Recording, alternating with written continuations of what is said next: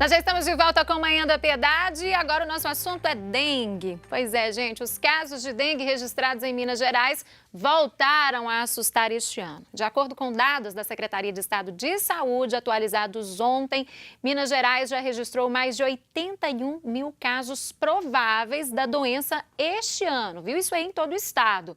7 notificações de mortes foram feitas em 2019, também em todo o estado, devido a complicações causadas pela doença. Outras 29 mortes estão sendo investigadas. Agora, já em todo o Brasil, de acordo com dados divulgados pelo Ministério da Saúde, o aumento no número de casos foi de 264% em todo o país. Em 2018, nas primeiras 11 semanas do ano, foram registrados 62.900 casos. Já neste ano, em 2019, o número é de 229.064 no mesmo período. E quando nós falamos em dengue, gente, muitas pessoas ficam assustadas, né? Até mesmo devido aos sintomas, que são facilmente confundidos, né, com de outras doenças. E sobre este assunto que nós vamos conversar agora aqui no Manhã da Piedade com o doutor Ângelo Pimenta Macedo, ele que é clínico geral do Hospital Felício Roxo. Doutor, bom dia, bem-vindo. Bom dia, como vão? Tudo bem? Pois é, doutor, tudo bem? E todos preocupados com essa questão da dengue, né? Os números aumentaram bastante nos últimos dias, né? Demais. No final de fevereiro, mês de março, até agora no começo de abril, a gente percebe o que se comenta nas estatísticas de pessoas procurando pronto-socorro, se internando no hospital, precisando ser internado em razão de dengue e, na maioria das vezes, confirmada. Agora, quais os motivos, doutor, que a gente, se é que a gente pode falar em motivos, né, que levaram a esses últimos aumentos? Olha, historicamente, o nosso país ele tem ciclos de dengue. Desde que a dengue voltou na década de 1980, a cada 4 a 5 anos a gente tem um novo ciclo de uma explosão de epidemia de dengue. A última grande foi 2015. Então, agora 2019. É por isso que você levantou esses dados comparando com 2018. 2019 houve um grande aumento disso. Até semana passada, para você ter ideia, a gente tinha no Brasil inteiro registrado em torno de 290 mil casos confirmados no Brasil. Em 2015, foram 2 milhões. Então, é um ano para se tomar mais cuidado, porque seguindo esse ciclo conhecido, 4 a 5 anos, esse ano é esperado que isso vá aumentar. Aumentar ainda mais, né? Sim. Agora, quando a gente fala de dengue, o que é propriamente a dengue? Olha, a dengue é uma doença transmitida através de um mosquito, que é o Aedes aegypti, e a fêmea do mosquito passa, quando ela vai picar para sugar o sangue para reproduzir, para colocar os ovos, ela passa o vírus. Então, se ela me picou e eu tenho um vírus, ela adquire o vírus. Se ela vai lá e te pica, ela passa o vírus da dengue. Então, é uma doença virótica transmitida pelo mosquito. E são 4 tipos distintos do vírus. Só pelo mosquito essa transmissão ocorre? Só pelo mosquito. E quais são esses tipos de vírus? De vírus? Então, é até uma justificativa por que de tempos em tempos que acontecem esses picos de dengue. Sim. Porque, por exemplo, Minas Gerais, a gente teve contato com o mosquito, com o vírus do tipo 1 em 2015. Aí aquilo gera uma resposta que quem já teve contato não tem mais a doença. Então, em 2016, 17, 18, volta o vírus tipo 1 e a maioria da população já está imune. É como porque já teve doença lá atrás, né? Porque já teve a doença. Entretanto, aí chega um segundo tipo de vírus, agora é o tipo 2. E aí pega aquela população sem ter tido contato com o vírus, portanto não imunizada, e desenvolve a doença naquela massa de gente. Daí que vem esses ciclos. Por isso que a pessoa vai cada ano, então ela pode ter dengue. A gente pode ter dengue até 4 vezes. Devido aos 4 tipos de vírus, então. Exato. Os principais sintomas, doutor, porque às vezes as pessoas ficam muito na dúvida sobre esses sintomas, né, da dengue. Olha, os principais sintomas. Primeiro que 1/3 das pessoas pode passar ali com sintomas muito brandos, nem saber que teve dengue. Nem perceber. Nem perceber. 2/3, quase 70%, vão ter muito sintoma. E os sintomas são febre alta, 38, 39 graus, uma dor no corpo tremenda. Um outro nome, um outro apelido de dengue no mundo é febre quebra-ossos, só para ter ideia de como... É uma febre alta, então, né? Alta, com muita dor muscular, muita dor articular, dor nos olhos, dor de cabeça, com quase nenhuma ou pouca tosse, então um pouco diferente das gripes. Então o paciente está sequinho, não tem coriza, mas uma dor terrível e febrão. É porque gripe aí já tem coriza, tem outros sintomas que vai diferenciar, né? Exato. Então começou abruptamente, já abre o quadro com muita dor muscular, artralgia, quer dizer, dor na articulação e febre alta, pode ser dengue. São os principais sintomas, então, que a pessoa já pode ficar atenta e procurar um especialista já direcionar para esse caminho, né? Exato. Ok. Agora, sentindo esses sintomas, muita febre, dores articulares pelo corpo, qual que é o primeiro passo? O que esse paciente deve fazer? Porque muita gente fica em casa tomando um chá, né, se automedicando. Olha, primeira coisa é procurar um médico ou procurar o serviço médico de pronto atendimento, principalmente as pessoas de maior risco, que são as mais idosas, acima de 60 anos, e as pessoas que têm outras doenças. Por exemplo, tem insuficiência cardíaca, insuficiência renal, enfisema pulmonar. Então, essas pessoas devem ter até maior urgência em procurar assistência médica, para poder dar o diagnóstico, classificar quão importante está a dengue ali no seu organismo, para aí o médico tomar uma conduta. Tem uma boa parte que volta para casa e fica em observação. De repouso, né? De repouso. E outra parcela desses 70% que desenvolve sintoma que vão precisar ficar em observação no hospital. E remédios? Aí é que tá. Muita gente fala em alguns medicamentos, outras pessoas não. Então, o tratamento da dengue é de suporte e de vigilância. Os remédios são para aliviar os sintomas, são sintomáticos, principalmente paracetamol, que é o Tilenol, e dipirona. Evitar aspirina e anti-inflamatórios, pelo risco de piorar uma dengue hemorrágica, e hidratação volumosa, muito líquido. Muito líquido o tempo todo. Você falava dos cuidados, principalmente com as pessoas mais idosas, né? Pessoas, às vezes, que já tomam uma série de outros medicamentos. Isso. E nesse caso, como que é essa avaliação? Então, nesse caso, é mais importante procurar o seu médico ou procurar o serviço de pronto atendimento, principalmente se usa algum medicamento que pode levar ao maior risco de casos hemorrágicos. Por exemplo, aspirina, anticoagulantes, pessoas que às vezes precisam por algum motivo fazer uso de anticoagulante. Então, principalmente nesses casos, procurar mais cedo assistência médica. Agora, muitas pessoas tomam chás caseiros. Como é que é isso nesse caso, doutor? Qual a indicação? Olha, a indicação do chá caseiro é hidratar. Mas assim, o que não é seguro é você demorar a procurar assistência, ter o diagnóstico e montar um esquema de acompanhamento e deixar aquilo em casa, resolvendo com um chá ou com um remédio, principalmente se você está dentro desse grupo de risco ou começa a ter sintomas que podem sugerir dengue hemorrágica. Por exemplo, sangramento, manchas de peteco, de hematomas. Isso tudo já sinaliza aí uma possível dengue hemorrágica. Ficar um pouco mais tonto, coração bater mais rápido. Isso tudo são sinais que pode estar evoluindo da forma mais grave. Então, qual que é o recado? É não atrasar a avaliação médica. Sentiu os sintomas, já procurar o posto de atendimento, procurar um especialista. Exato. Agora, há uma demora, a gente pode falar que há uma demora no diagnóstico da doença a partir do momento que o paciente dá a entrada ali por causa dos sintomas que às vezes são confundidos, doutor? Atualmente até que não.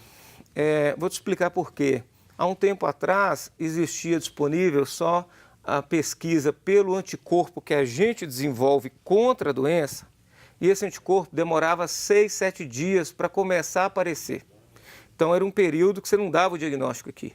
Entretanto, de uns anos para cá, a gente já detecta a partícula do vírus. Então, em vez de você detectar a sua resposta, você detecta o vírus. Então, isso pode ser feito com 24 horas do início do sintoma.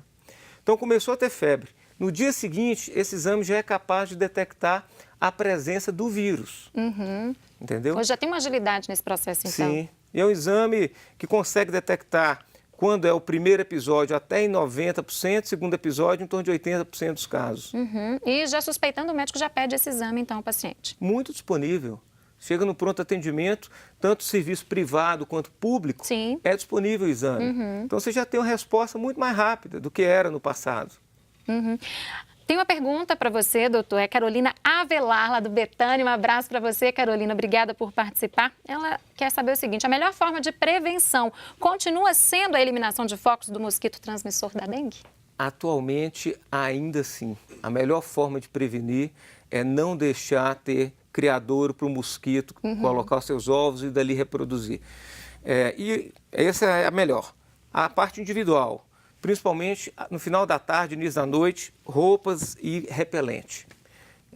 Ainda não tem outro jeito. Principalmente em áreas onde estão sendo detectados muitos casos de dengue, né? As pessoas devem ficar mais atentas ainda. Muito atentas. Na verdade, pode raciocinar que nosso estado inteiro. Eu vejo que não tem área que não seja de risco em 2019. É bom ter esse recado para tomar conta, cada um olhar sua casa, passar seu repelente para diminuir essa chance. O senhor falava muito em dengue hemorrágica agora há pouco. O que leva a pessoa a ter uma dengue hemorrágica?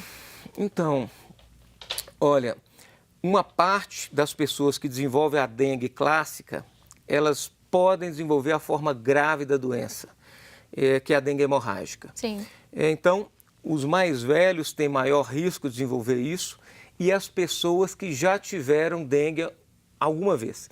Então, a reinfecção vai aumentando o risco daquela população ter dengue hemorrágica. É um risco ainda pequeno, mais ou menos 38 para cada 100 mil vão ter dengue hemorrágica, mas ele existe. Quando ela vem, essa pessoa tem que estar dentro do serviço de saúde, dentro do hospital, recebendo cuidado e às vezes ir até para a CTI. Então, é uma resposta individual ao vírus que você começa a ter uma grande reação àquela infecção de forma exagerada e começa a perder plasma, transudar para debaixo da pele, para cavidades, pleura, pericárdio, por aí, e começa a cair as plaquetas e ter eventos hemorrágicos. E isso é o que abre o caminho para a dengue, que vai evoluir mal. Nesses casos, a gente coloca o paciente dentro da terapia intensiva, dentro do CTI e a assistência é toda ali dentro. Então, se você tem muito sintoma, vale a pena o diagnóstico e quantificar o seu risco para evoluir para dengue hemorrágica ou não.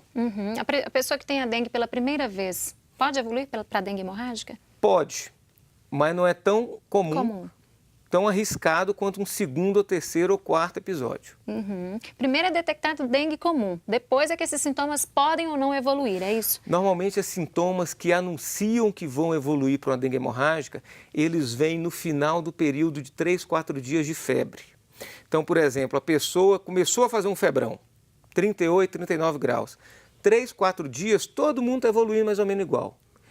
No final desse período é que alguns poucos começam a evoluir mal.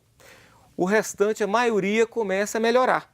Embora fica com mal-estar, pode ficar com mal-estar até por um mês. Sim. Mas depois desses 3, 4 dias, quando o período de maior febre começa a defervescer, a cair, é que ali eles começam a dar sinais que estão evoluindo com a forma hemorrágica. Por isso que quem tem maior risco tem que ficar vigiado. Não pode ficar em casa tomando um chazinho e deixando isso acontecer. Tem que ser avaliado. Tem que ficar no hospital, então, né? Para quem tem maior risco, sim. Sim. Pergunta agora do Leonardo Fonseca, do bairro Santa Cruz. Um abraço para você, Leonardo. Obrigada pela participação. Ele quer saber, doutor, se é possível distinguir a picada do Aedes aegypti de um mosquito comum. A picada, não. É igual. O mosquito, sim. E o horário. Normalmente, se aquela picada aconteceu no final da tarde, é o horário mais comum do mosquito da dengue picar. Ao contrário do pernilongo comum. O pernilongo comum pica mais à noite, de madrugada. Então, a não ser pelo horário e pelo mosquito, se você conseguir ver, só o formato da picada não dá para perceber. Então, foi picado nesse horário. Tem dúvida se é ou não, é melhor já procurar o pronto atendimento. Então observar. Se tiver tudo sintomas... bem, é uma parte só dos mosquitos que estão infectados. Se estiver tudo bem, pronto, não precisa de desespero. Agora, começou a ter febre, dor no corpo, começou a ter sintoma que vale a pena procurar um especialista. Agora, esses sintomas, eles começam a aparecer depois de quanto tempo que a pessoa foi picada pelo mosquito? Entre 4 e 7 dias. Então, teve a picada, uma semana, não teve nada, a maioria não vai desenvolver. Embora assim, pode chegar até 2 semanas, mas 95% é entre 4 e 7 dias. Doutora, e com as crianças? Os cuidados, né, para muitos pais nos assistindo nesta manhã, os cuidados, eles devem ser redobrados? Como Redobrados, é que é o processo? porque os extremos de idade é que mais sofrem com a doença e mais têm risco. Então são as crianças muito novinhas, abaixo aí de 10 anos, e os idosos. Então esses que têm que andar com repelente, à tarde principalmente, os bebezinhos dormir com cortinado. É importante também esses cuidados com os bebês, né? Proteção mecânica contra picada. Então, roupinha, cortinado. E se começar a ter febre, achar que tem uma dúvida ali, levar para o pediatra ou um pronto atendimento pediátrico para ser avaliado. E como que está o perfil? Nem sei se a gente pode falar em perfil de pessoas que têm buscado pronto atendimento com suspeitas da doença. De todo jeito. Todas as idades. Todas as idades. Agora, a gente percebe que os que têm necessidade de ser internados estão nessa faixa. Ou pessoas que já têm alguma doença, Sim. ou então aqueles de 60 anos para cima. Embora, é a maioria, embora a gente tenha paciente que já precisou internar fora desse grupo. Então, assim, recebemos ali no pronto atendimento, percebeu que plaquetas caíram, que tem algum sintoma de alerta, já fica internado 1 ou 2 dias para observação. Ficou bem, vai embora. Agora, tem algum sinal de alerta, fica, se for necessário, até CTI. Uhum. Como que estão os estudos, doutor, em relação a uma vacina contra a dengue? Ótima pergunta, porque quando a gente falou sobre prevenção, e ainda, infelizmente, a prevenção fica voltada muito para controle do mosquito, existe uma vacina da dengue, e veio de uma forma revolucionária alguns anos atrás. E ela traz a proteção para os 4 tipos de vírus. Então, aquilo na comunidade médica e científica foi recebido com grande entusiasmo. Entretanto, a gente percebeu, e os órgãos reguladores, como a Anvisa nosso, o FDA americano, o EMEA europeu, que quem era vacinado sem nunca ter tido contato com qualquer um dos 4 tipos, se tivesse o contato com esses vírus, ele poderia desenvolver a forma mais grave. Então, é como se quem tivesse tido a doença tivesse tido a reinfecção que nós comentamos no começo. Então, a vacina trouxe esse alerta, esse risco. Por isso, ela passou a ser recomendada não mais para a população em geral, que nunca teve contato, que seria o grande ganho de todo mundo. Atualmente, ela é recomendada para quem? Para quem fez o exame, confirmou que já teve a doença e está vivendo numa área epidêmica. Praticamente ficou restrito a isso. Aí sim, a pessoa pode vacinar. E essa vacina está disponível pelo SUS? Não. Essa vacina nunca entrou no sistema público e aí ganhou essa ressalva recente. A nossa Anvisa, que é o órgão de controle do que é liberado de medicamento e vacina, soltou uma resolução agora em fevereiro, liberando a vacina nesses termos. Se você fez o exame e provou que você já teve contato com o vírus, que já teve pelo menos um. Um caso de dengue. Exato. E está numa área de grande risco, você pode vacinar. Agora, se você não faz o exame ou fez o exame e nunca teve contato, é melhor não vacinar. Mas e as expectativas, doutora? É que seja liberado no futuro próximo aí para todas as pessoas? Sim, a expectativa, inclusive, é que o Instituto Butantan de São Paulo aqui vá conseguir em pouco tempo chegar numa vacina segura e eficaz. Entretanto, estamos todos esperando isso, contando com os pesquisadores do Butantan que são excepcionais. Então, a gente acha que em breve pode haver essa novidade. Não acredito que para esse ano, mas até dentro de uns 5 anos. Bom, e aí vai ser o principal salvador, né? Melhor coisa, porque vai ser continuar combatendo o mosquito, mas a vacina traz uma segurança muito maior, grande. Muito maior. A população fica muito mais segura, muito mais tranquila, né? Claro. Doutor, agradeço, a sua vinda aqui nesta manhã para falar de um assunto tão importante que tem gerado tantas dúvidas na população de uma forma em geral. Muito obrigada mais uma vez e bom dia. Obrigado a todos. Bom, e você aí de casa, nós vamos dar um rápido intervalo comercial e voltamos já, não saia daí.